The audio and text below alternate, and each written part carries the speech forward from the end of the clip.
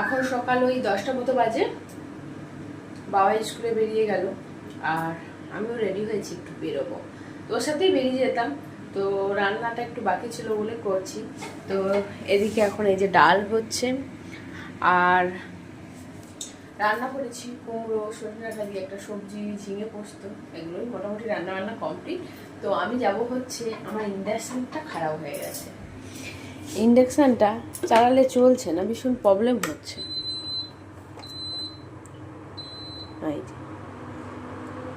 তো মানে সকালবেলা এত তাড়াহুড়োর মধ্যে ইন্ডাকশান হলে আর দুটো ওভেন তাড়াহুড়ো করে হয়ে যায়। তো আজকের আমার রান্না বান্না করতে একটু লেট হয়ে গেল, মানে এই ইন্ডাকশানটা খারাপ হওয়ার জন্য।